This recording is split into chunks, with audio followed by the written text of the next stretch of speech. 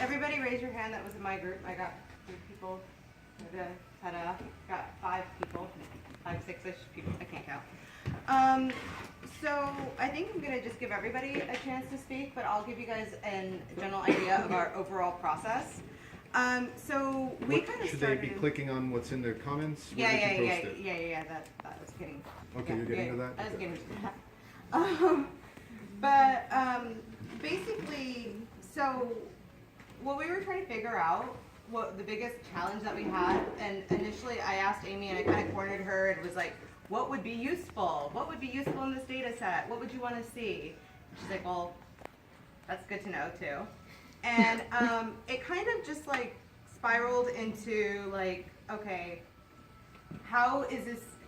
So the biggest thing that I think that my group was having an issue with is this is the VA. Like, we can track veterans and we track military members. How are we losing that information? And it was really enlightening to hear. Basically, what we had, she was saying that people that enroll into the process are the ones that they're able to track. But I was like, well, at one time they were all active duty, hence the idea of a veteran. Couldn't you track them all at one time? Isn't there this big database? And it turns out, ta-da, there is. But there's a lot of policy and privacy restrictions to it. So that big divide is actually happening when you go from active duty to civilian. And at that point, it becomes a policy, it becomes a privacy issue, becomes a policy issue, and there's a lot of legality involved. So it really isn't that simple. But yes, there are ways to verify veteran status. So once we figured that out, we were like, oh, okay. But the people that do enroll, it was actually given to us in the spreadsheet. And so we had come up with like ideas on, you know, what is it that we're missing in these services? You know, we have a homeless population, we have education, we have, it's a really multifaceted problem that just can't just easily be solved. And one of the things that we were kind of thinking about was like, what are some ways to just solve it? Even though it doesn't really pertain to the issue, but one of our group members had talked about like kind of co-locating everything, like having it kind of be a one-stop shop. Like, you know, we have the Veterans Affairs, we have the hospital, we have all sorts of things. But it came back to the bigger issue of, well, you would need to know like population. You would need to know where the biggest, I mean, if you wanted to do like this co-location of resources and whatnot. So we went back to the data set and I just played around in the CSV and just like, you know, sorted based off of population.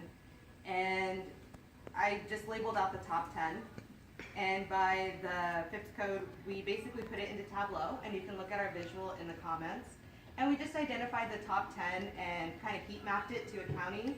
The blue have more and the red have still a lot, but it's just the top 10. And just to give us an idea of where these populations of enrolled veterans are to better utilize services. Well, it turns out that they're in really populated areas. If you're looking at it, you'll see like Cook County, Illinois is out there. There's Washington County, there's King County in Washington, which is where Seattle and Chicago are, and we're just like, okay, that doesn't really tell us. I mean, there's a lot of population there, period. So it kind of came back to, and this is one of the questions that we have to figure out, is that if we did add more resources, are we technically really helping out? Because those communities, since they're being so populous, already have a lot more resources already. So maybe one of the suggestions was maybe we should look at like more rural areas with a lot of population and just kind of maybe do an overall heat map. That was one of the things we talked about as a possible like lessons learned. So that was kind of our overall general process. As for individual, does anybody? Excuse me, can you say where your material is? It's in the comments. Which one? The very top. Yeah. Yeah, her name's Lovey, so it's the comment under Lovey. It's the, Yes. It's from Gilligan's Island. The name. Anyway, but that's pretty much like our process, and don't know if my group members want to add more, or, I know that, like, you're our note taker, like, she has so many notes that are color coordinated. Come on so- over. Right, come Yeah, forward. come on over. Like, Discussions. Oh, did you wanna? yes, No, I prepared something else. yes, yes. Additional. So, Michael prepared yourself, Kirsten, so we'll just take turns. go ahead. Oh, okay. Took one of the bullet points, the questions at the end of your slide. Have you seen this kind of large-scale data acquisition, ingestion, and aggregation effort in any other issue, area, or line of work? Yes, United Way of Central New Mexico Community Impact Council spent several years trying to identify gaps and improve outcomes for people in domestic violence situations. Wound up with the opening of the Family Advocacy Center and a lot of discussion about co-location of services. And then possibly would work, how this would fit in with data visualization and collection and aggregation is having some sort of a standard intake form. So if you receive federal funding, this is just a requirement. And so, brainstorming with the think tanks to come up with what's on the sheet. Ask them about housing, physical health, mental health, food security, whatever wellness and status indicators that you think would be helpful, and just have a standard. If you are accepting federal grants, you have to do this at intake and at every interval that you're servicing a veteran. And once that's developed and you start piloting that maybe in these 100 communities, sharing that data set with private funders, foundations, people who like to do charitable work. So if they have a requirement, like if you want to write a grant to get money from us, you have to fill this form out and send it to us, and we will we'll award you this grant. So that would be the accountability. And I think once you start collecting the data that way, perhaps it could be handled in a database and it could be queried. And it would have to be designed so that you can maintain, legal privacy restrictions that are required. But I think making that, a requirement every time someone accesses services will make the data collection and aggregation problem more tractable for a lot of these technological implications, and will help you identify gaps. Per service member, if you can screen it and say the outcomes poor, and you might even be able to correlate that to funding. We are spending how much money on, these 10 people, and they are not getting any better. Do interventions and identify the gaps. So you have to start collecting it in a way that you can start to draw meaning. And then you had, Sorry.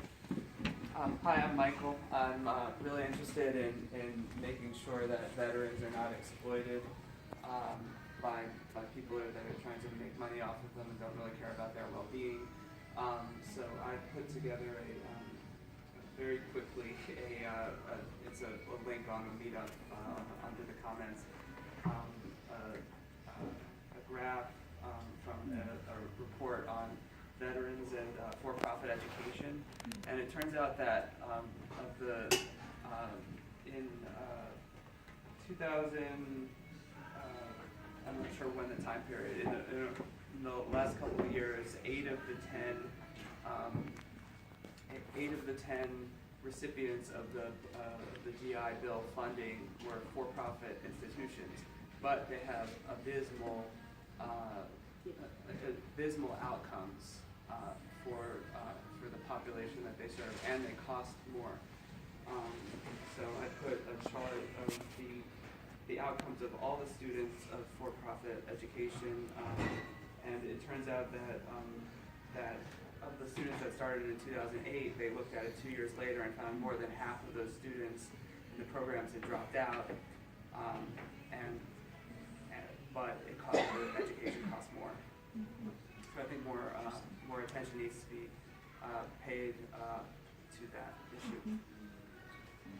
Just got a question. Actually, just to add to that, when we were working on the data sources team, we discovered a data source on education in the VSTART database, and it's got a listing of by state schools attended, GI Bill funding they received, whether they were for-profit, not-for-profit, and there was a data slot for whether there was a success coordinator, and I didn't know what that meant.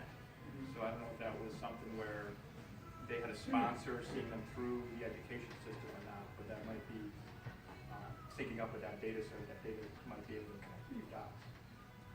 When talking about for-profit schools, there's by law, they need to report gainful employment. So probably the for-profit schools will have a success coordinator because it needs to be reported to the federal government because they receive federal funds. So that could be a good person to see whether they're by law, must report gainful employment.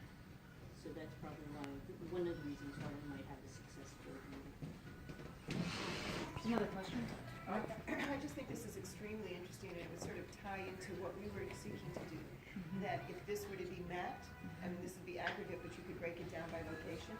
And then this education data could also be layered with health data, with other access data. So you begin to see what is it in that ecosystem of their lives that is related. So the dropout rate might also be correlated, not causal, but correlated with education, with health access and with housing and things like that. So That's a this would be- major problem we're trying to solve too, because it's all in silos, and that's a challenge from any kind of population level data, demography, sort of efforts. But that all is very helpful, and frankly, I just want to thank each of the presenters with the different dimensions.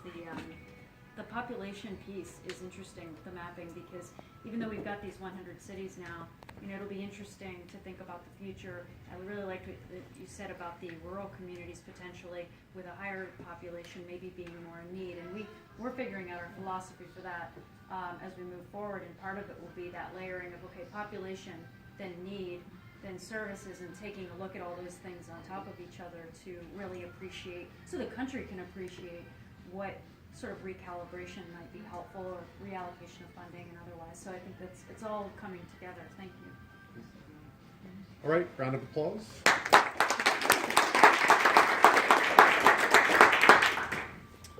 And so Ed, are you ready yet? So Yes.